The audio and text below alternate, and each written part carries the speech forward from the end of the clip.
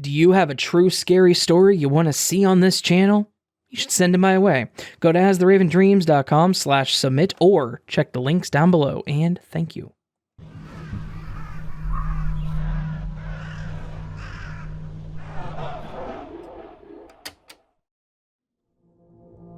I've been working as a gas station attendant for quite a while, somewhere close to 10 years. Mostly because I have a record, and I had some demons in my past that made me struggle with living a normal life. That said, I am clean and healthy again, but working at my local station has been almost therapeutic. It's not a terribly difficult job. It's not overly demanding. The pay is enough for what I need, and I get to talk to various people that I both want and don't want to know. That, and I just get to do my job and not be bothered with too much. And it's kind of tough to get fired. The more I talk about it, the more I realize I really do like this job, which may sound weird, but I'm kind of weird myself. Anyways, all that aside, I've been doing this for a long time, like I said, and I haven't had too much happen that's been too terribly crazy. We were robbed once, when I wasn't working, and the police were there within literal seconds. The guy got shot, but survived. And after that, we were pretty much never hit again. We actually still have a bullet hole in the back wall from where one of the officer's rounds hit. It's a good conversation piece for the newbies at the very least. It's a good way to say to them, look, this isn't the safest job in the world, and stuff happens. But you're more likely to get attacked walking out in the streets than you are behind the thick plastic that we have between ourselves and the customers. So, all that aside, let's get into the one major event that made me dislike this job just a little bit. It's less of a scary story, and more like an unsettling event/situation to be put in. Plus, it kind of messed with my head, to be honest. It all started on a Thursday night, which is not a busy night for our station. We usually get around 70% of our foot traffic Friday through Sunday. So, I was pretty tired and bored with the night. Anyways, we get a customer that walks in the door, and I immediately knew it was going to be a problem. And this guy looked incredibly familiar to me, and I could tell by the look in his eyes that he recognized me. For most people, that wouldn't be an issue. For me, that meant that he was probably a druggie and that I most likely knew him from back when I was a user. Based on his appearance, which I know you really shouldn't do, he was a user. When you work in retail, and when you know those kinds of people, you tend to watch them to make sure they aren't shoving things in their pockets. I was watching this guy like a hawk, keeping my eye on him and on the camera screens. To my surprise, he didn't do anything bad. He didn't take anything, he just grabbed some chips, candy, a Red Bull, and a few other things. Then he walked up to the counter and gave me a mostly toothless smile.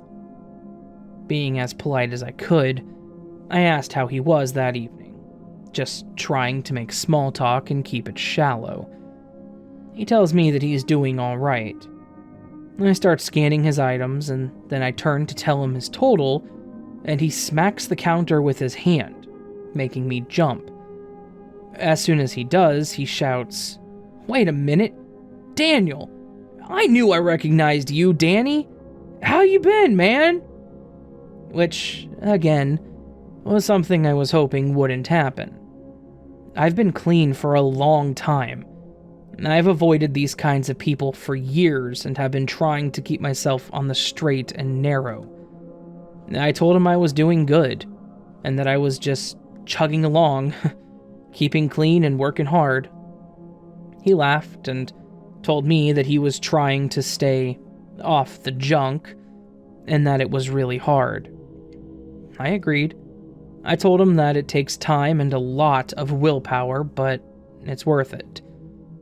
I told him that ever since I stopped using, life became more clear and I realized what kind of damage I was doing to myself. I knew it was probably preachy, but I was hopeful that I could get him to see that being clean was important. After a bit more of me trying to convince him that being clean was worth it, and even mentioning and giving him the name of a great rehab center in the area, he literally asks me if I know where he can score some heroin. I just paused, and I stared at him. My jaw clenched and my eyes half closed. He realized that he had just asked someone that had been clean for years where to get drugs. I know he realized this because he said he was sorry and out of line, which should have been enough, but honestly, he hit a nerve. I didn't say much more to him. I just finished bagging his stuff and told him to have a good night, in a manner that could be seen as cold. I felt bad, but at the same time, you don't ask a former addict, one that worked hard to get clean, if they can help you score a hit. You just don't do it. After he left, I kind of just forgot about him. I moved on with my night. We had a few more customers, but overall, the night was pretty standard. I rang up everyone, stocked the shelves when I could, and pretty much just killed the hours cleaning and so forth.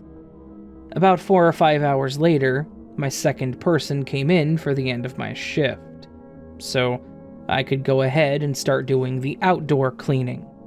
Trash, pumps, and cleaning up the lot. Anyways, Jay gets in, he clocks in, I run the count on the register and put it in the book in the back.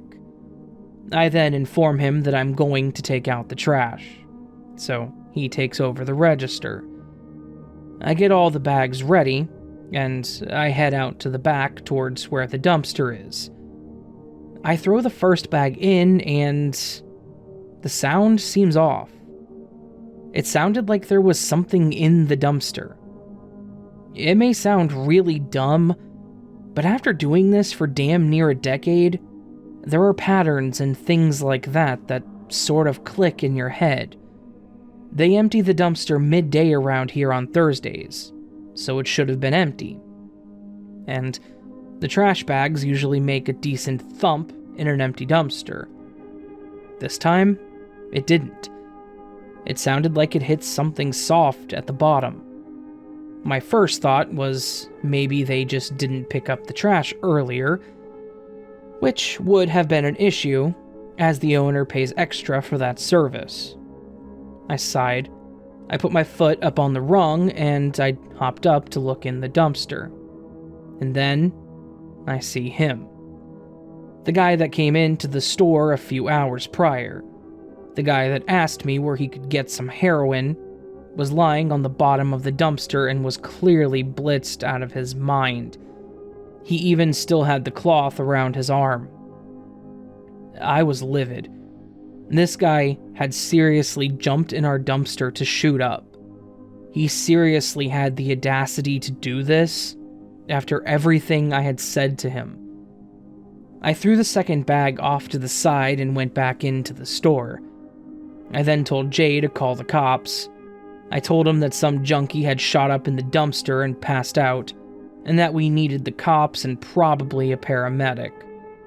He called 911. I told him to wait out front for the cops and that I would take over the store until then. He did as I asked. I called the boss to let them know what was going on, and he said he would be there in about 30 minutes. This whole time, I'm just fuming at the fact that I told this guy that I knew from back when I was hooked on drugs, all about how I got clean, how life was worth it, and how he should look into getting help.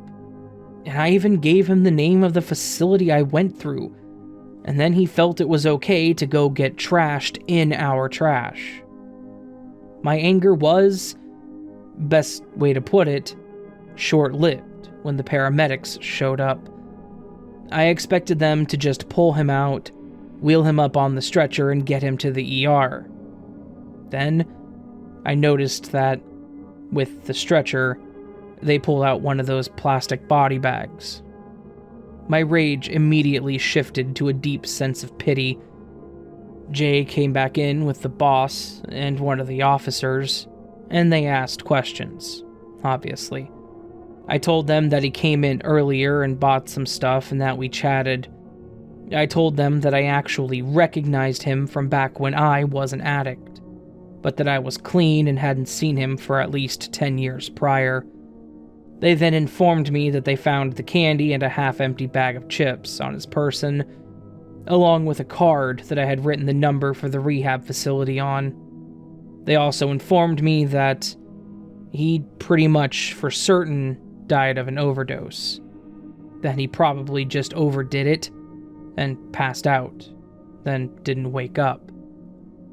Honestly, this was a terrible situation, and while I was upset that he went and did that, I was just as depressed over the fact that I was probably the last person this guy talked to.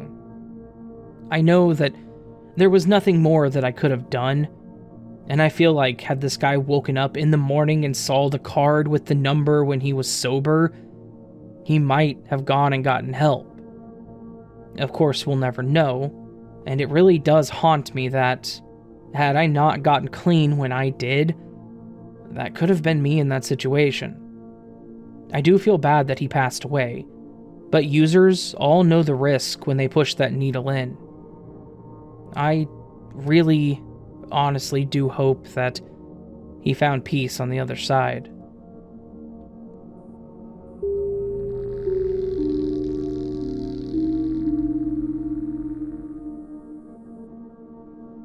This actually happened to me a few years ago. I started working at a local gas station part-time after high school. I figured, if I'm staying home, I might as well do something productive and make my own money, too. Most shifts were at night, so they were either dead or full of drunks. But I usually worked with one other person, so it wasn't too bad, especially when we had people get out of hand. I actually like it for the most part. On the slow nights, I let the neat freak in me come out and I start organizing the shelves better so that everything is lined up right, not scattered around and piled up. There was one guy, Mark, that usually worked the nights with me, and he would play music on his phone, so it wasn't completely silent, which was nice.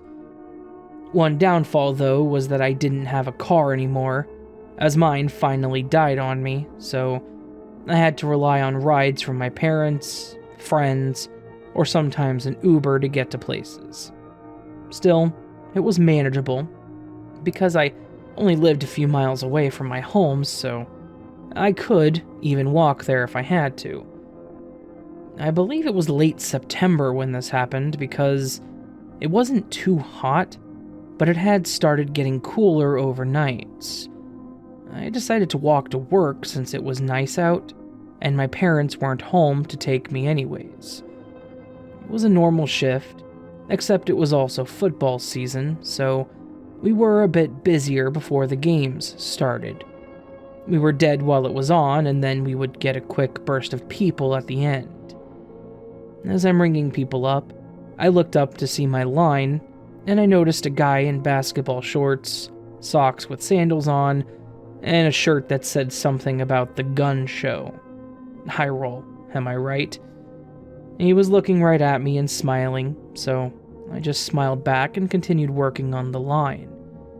After a few, I looked back and noticed the line wasn't going down, so I called for Mark to come up and help. Sandal guy was up next. I noticed he had one of those tall cans of tea and nothing else. And he was still smiling, so I just said, I'm sorry you had to wait so long just for this." Without taking his eyes off of me, he said, "Oh, it's alright, sweetie, as long as I get to see your beautiful smile." I haven't really dated much, nor have I had much experience in flirting, so I didn't really know how to react. Not to mention he had to be close to my parents' age, so I just made some weird chuckle sound and didn't say another word. He paid with a card. I handed him his receipt without saying another word to him, and he said, "Good night, sweetie," as he walked out. I didn't have time to process what happened, as I had a few more people in line, so I just continued until we cleared out again. When I was done, I was about to ask Mark to help me with something when he said, "Oh, sure, sweetie." He was a nice guy. We never had problems with each other, so I knew he was teasing, but it snapped me back to that when I started laughing and asked, "So you saw that too? Was that not weird?" He said he thought the dude was weird, but the flustered side of me was adorable. Funny to him, I didn't know what to say, and the guy was just off, so none of that was enjoyable. Our night went back to normal for a while. He was in the back again as he did some of the book work while I was in front messing with the shelves. We were kind of shouting back and forth about something that we were both really involved in when someone came in. I started walking back around the counter when I noticed it was Sandal Guy again. He noticed me, and he waved, so I waved back, and he started walking towards the coolers in the back. I quickly made a comment to Mark about him being there and just waited for the dreadful checkout. He walked up to the counter and said, "I forgot to get gas." If that was the case, why did he walk to the back? I just smiled and rang him up. As I handed him his receipt, he made sure to reach further in to touch my hand and said, "I'm glad I decided to stop here tonight," and smiled as he shook my hand. My hand was limp because I was not interested in this at all. At this point, Mark had walked out from the back and said, "Hey Kate, my part's done. I'll take over." Thank God. I pulled my arm back real quick and dashed to the back and waited. I didn't hear another word from the guy, but I heard the bell on the door, and then Mark walked back to the back. He said when I turned around, the guy cocked his head like he was trying to look at my ass when he walked in front of his view. He said that when he noticed this, he grabbed his candy and dashed out the door. Who does that right in front of people? Anyways, the rest of the night was okay. We had some lady come in singing and got Mark to sing, so that was funny. We were having a good time. It was getting close to closing, so Mark had taken the trash out back so we could smoke, and I was up front again, reading a magazine. To my surprise, Sandals walks in again. It had to show on my face that I was not okay with this, but he again immediately smiled and was looking around quickly, like he was trying to find something. That's when he grabbed another candy bar and said, "For you, Catherine Lee. I can't stay away. Can I give you a ride home so we can talk?" I was shocked. My name badge says Kate. I don't go by Catherine or my middle name, so how would he have known that? I didn't know how to reply, so I just said, "No, thanks, I have a ride." To which he said, "But you walked here, right?" How would he have known that? I just told him I had a ride and he would not stop, saying he wanted to get to know me more and take care of me. I, remind you, was around 19 years old, and this guy could have been my father. I tried cutting him off to ask him if he was going to purchase anything when he tried to reach for my hand again, and I pulled back. At this point, Mark walked back in right as he started pleading. Mark immediately walked over to the guy telling him that he needed to leave. He started shouting as he was being pushed out that he'll wait for me. Mark locked the door and made sure I was okay, but I was just more shaken up than anything. He had me doing some other things from there, like more organizing, stocking anything that was empty, and mopping while he watched the door. He would unlock the door to let people in and then lock it again. At closing, he was finishing the last things, so I'd pulled out my phone and opened up Facebook when I noticed I had a friend request. It was Sandals Guy. That's when I figured out where he knew my name from, and also realized that my address was on there. I told Mark about this, and he suggested that he take me home. I didn't refuse, either. As we left, I was looking around to see if he was waiting, but I never saw anyone. As he was driving, he tried to loosen up the tension and joke with me, but I think we were both worried about it still. Once we got to my place, the lights were on, so I knew my parents were still up, thankfully, and I noticed Mark was still out there when I had gone in and locked the door. I thought it was just to make sure I got in okay. After I was in, I changed clothes and went to get something to eat, and there was a knock on the door. It was the cops. They were explaining that there was a report of a suspicious person and gave a description and vehicle of the person. You know it was the same guy. So, I had to explain to my parents and the cops what happened. The cops said they would drive around a few times to make sure he didn't come back, and thankfully, he didn't. But they did tell us that if he did come back, to call them again. Unfortunately, there was little they could do since he hadn't actually done anything. The next time I worked, though, Mark explained what had happened. He said he noticed a car following us, but he didn't want to say anything and scare me. After I got inside, he saw the truck turn the corner onto my road, so he got out of his car and noticed it was the same guy as he was driving by. He said he thinks he recognized him too as he started to speed up, so he had called the cops to report it for us. I was so incredibly thankful for what he did too. Thankfully, we never saw the guy again, so hopefully he got the hint. But you can bet that I did a lot of cleanup on my Facebook as well.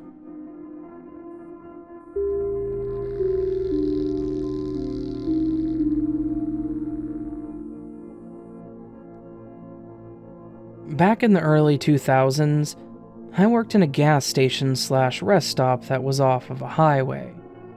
It was one of those stops that was in the middle of nowhere, that you see as the single stop for the next 100 miles.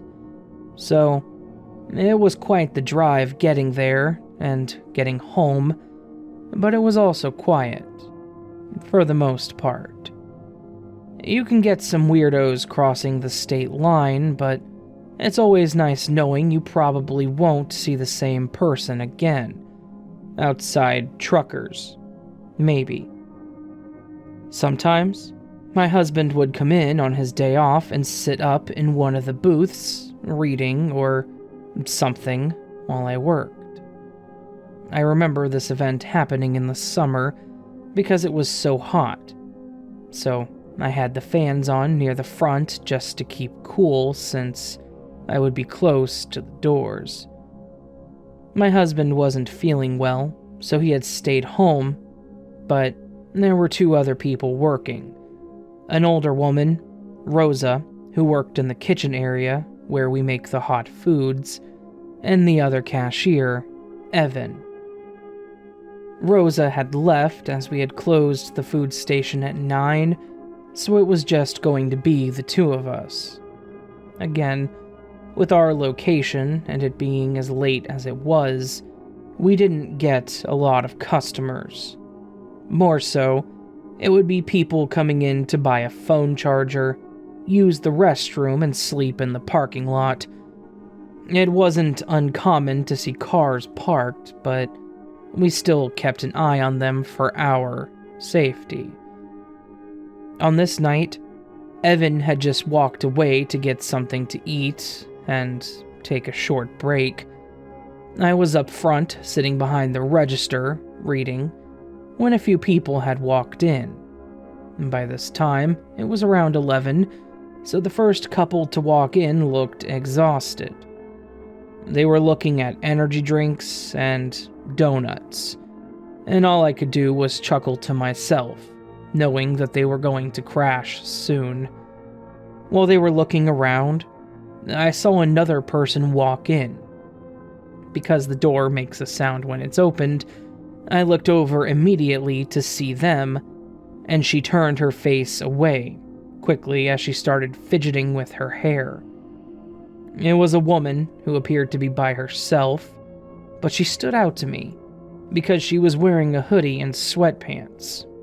Like I mentioned, it was summer, and it was hot. The state I'm in is known for being hot and miserably humid, so I thought it odd, especially because she didn't look cold. In fact, it looked like she was sweating. So, maybe she was ill. She looked like she hadn't brushed her hair either, but was trying to run her fingers through it and pull it around her face. Again, we can get some oddballs, so I didn't think anything else of it, other than to just watch to make sure that she didn't steal anything.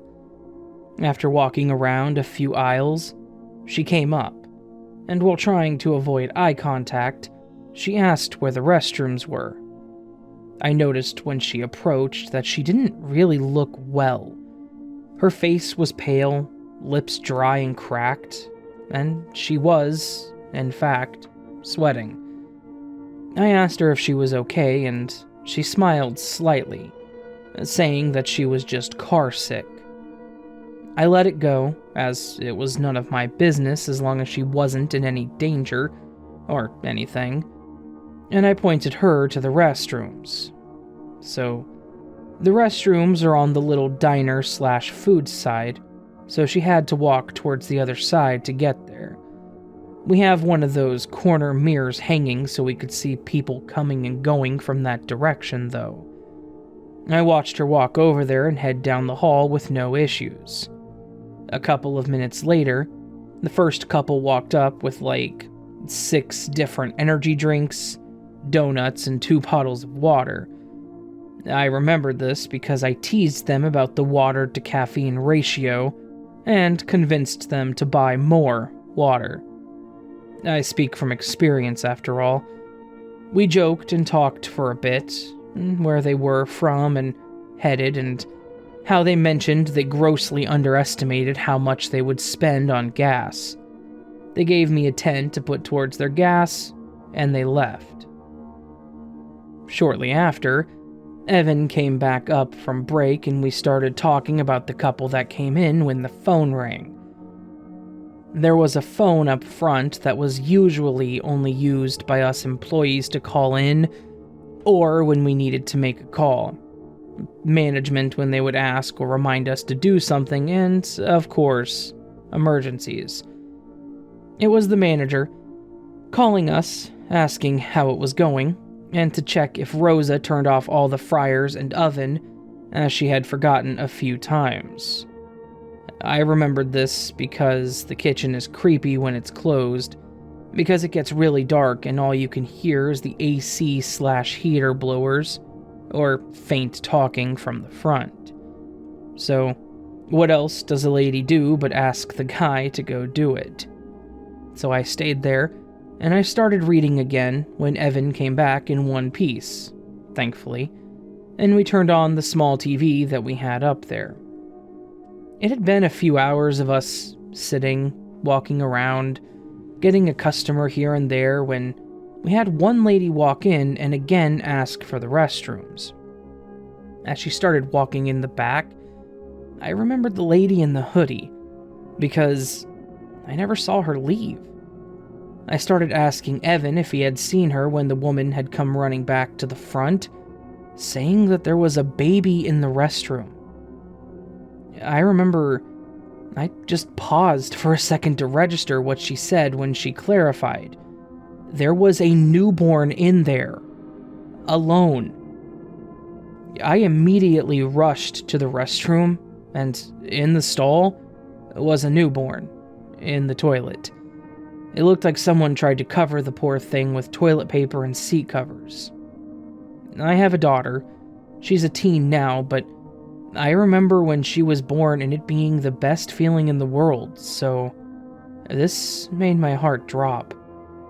I immediately grabbed the baby and noticed that she wasn't breathing. She was cold and almost a purple color. I took her to the sink and tried my best to run some warm water on her and clean her up, and I did my best with CPR. I was so worried that I was going to hurt her or that I was too late, but she finally started crying. I was relieved, but still in shock, as I held this baby with no sign of her mother. I picked her up and immediately ran to the front, asking Evan to grab towels from the kitchen as I grabbed the phone to call 911. When Evan came back, he looked as confused as I did at first. I wrapped the baby up the best I could and got her to stop crying. The woman that found her said she just opened the stall and saw her in there, but there was no one else in sight. She was the only person that had asked for the restrooms since the woman in the hoodie. That's when it dawned on me that she probably looked the way she did because she was going into labor. But if so, she left without me even seeing her, and how long was she in there? We didn't even hear someone, and believe me, labor is not a silent thing. With our location, the ambulance didn't arrive fast, but it also felt like an eternity, holding this baby, trying to comfort her, knowing that one of the first faces she's seen, she may never see again. With the ambulance and the police there, they took our statements, and that's when I really started feeling awful. We didn't even see the car she was in. We didn't know where she was coming from or where she was going. She could have been in a completely different state by this time. We did have cameras set up, so we had to give that to the police, but unfortunately, the one inside was the only one that recorded. The one of the parking lot was live and didn't save, so we didn't have car information. Before they left, the paramedic did tell me that the baby seemed fine, and that I most likely saved her life. I don't know if they ever found the mom, but I hope the girl is doing okay. After that, I took a CPR class and I paid more attention to my customers and their comings and goings.